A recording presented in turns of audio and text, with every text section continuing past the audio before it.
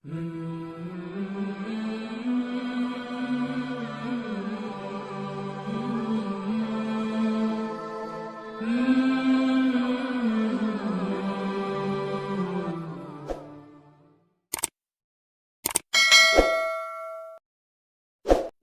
عبداللہ بن حذیفہ سہمی رضی اللہ تعالی عنہ وہ صحابی ہیں کہ جنہیں حضور علیہ الصلوۃ والسلام نے کسریٰ کے دربار میں اپنا نامہ مبارک لے کر روانہ فرمایا تھا. بہت حسین و جمیل، نہایت ہی خوبصورت. جب اپنے گھر سے باہر نکلتے تو لوگ اپنے گھروں کی کھڑکیاں اور دروازے کھول کر ان کی زیارت کیا کرتے تھے. جب آپ کو ایک جہاد کے موقع پر رومیوں کے بادشاہ نے زندہ گرفتار کیا تو آپ بادشاہ کے سامنے کھڑے تھے.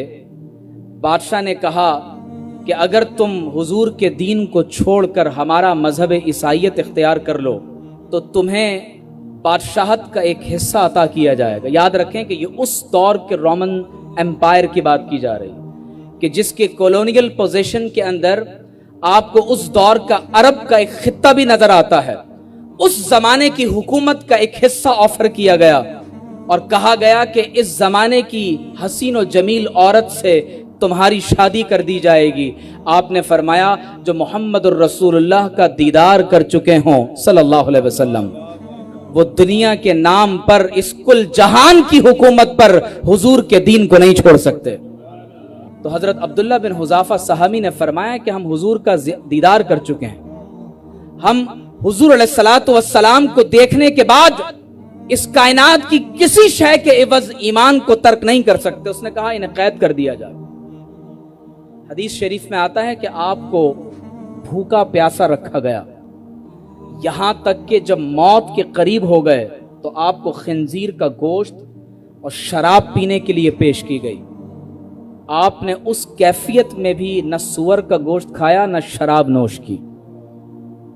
تو بادشاہ نے پھر جیل سے نکالا، کہا تمہارے نبی کے دین میں تو یہ کھانا اس وقت حلال ہو گیا.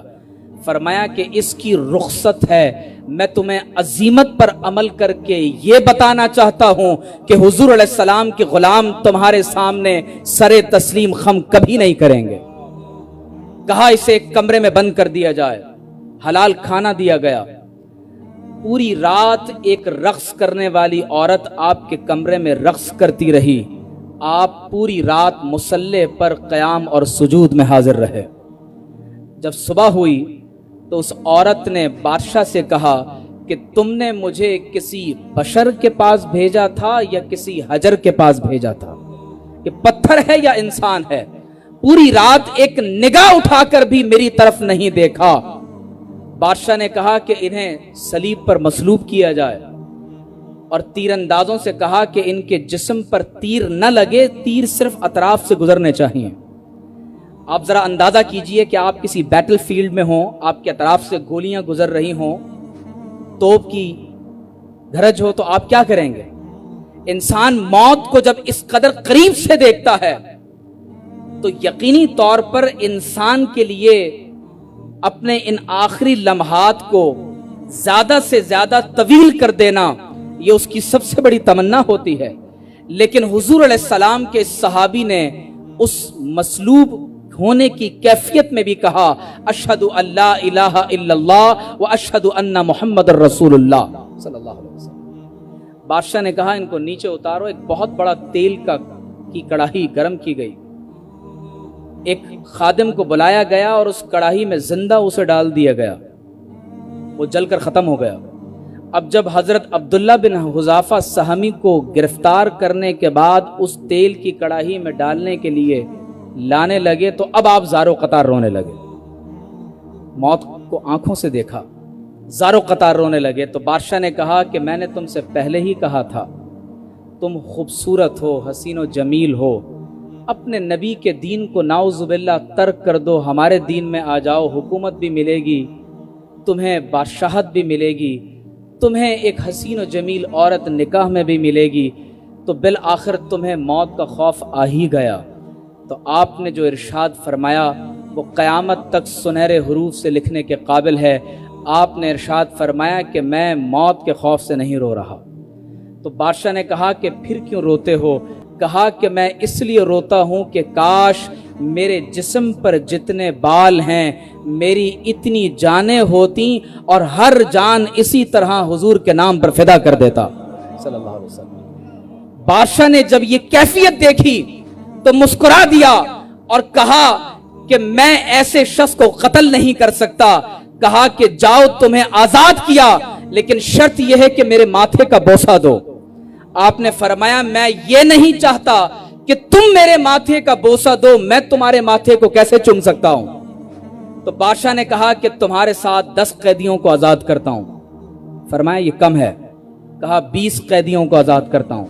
فرمایا یہ کم ہے۔ حدیث میں آتا ہے کہ 80 قیدیوں کو بادشاہ نے آپ کے کہنے پر آزاد فرمایا، اور آپ جب وہ 80 صحابہ کا قافلہ مدینہ منورہ لے کر آئے تو امیر المومنین فاروق اعظم رضی اللہ تعالی عنہ نے فرمایا کہ تمام صحابہ مدینہ طیبہ سے باہر نکلیں اور حضرت عبداللہ بن حذافہ سہمی کی پیشانی کا بوسہ دیں۔ اسی بات کو اقبال نے کہا تھا، ہو نہ یہ پھول تو بلبل کا ترنم بھی نہ ہو، چمن دہر میں کلیوں کا تبسم بھی نہ ہو، یہ نہ ساقی ہو تو پھر میں بھی نہ ہو، خم بھی نہ ہو، بزم توحید بھی دنیا میں نہ ہو، تم بھی نہ ہو، خیمہ افلاک کا استادہ اسی نام سے ہے، نبض ہستی تپش آمادہ اسی نام سے ہے۔ اور اقبال نے صحابہ کی حیات کو اس شعر میں بند کر دیا کہ کی محمد سے وفا تو نے تو ہم تیرے ہیں صلی اللہ علیہ وسلم۔ آپ عزت اور حرمت کو تلاش کرتے ہیں مغرب کے قدموں میں جا کر، ورلڈ بینک اور IMF کے سامنے کشکول لے کر بیٹھتے ہیں۔ اقبال یہ بتاتے ہیں کہ جب تقدیر لکھنے کا رب نے ارادہ کیا تو پہلے لوح اور قلم کو پیدا کیا، اور اقبال کہتے ہیں کہ کی محمد سے وفا تو نے تو ہم تیرے ہیں۔ یہ جہاں چیز ہے کیا، لوح و قلم تیرے ہیں، اللہ لوح و قلم تمہیں دے دے گا، تمہاری ہر تدبیر کو تقدیر بنا دیا جائے۔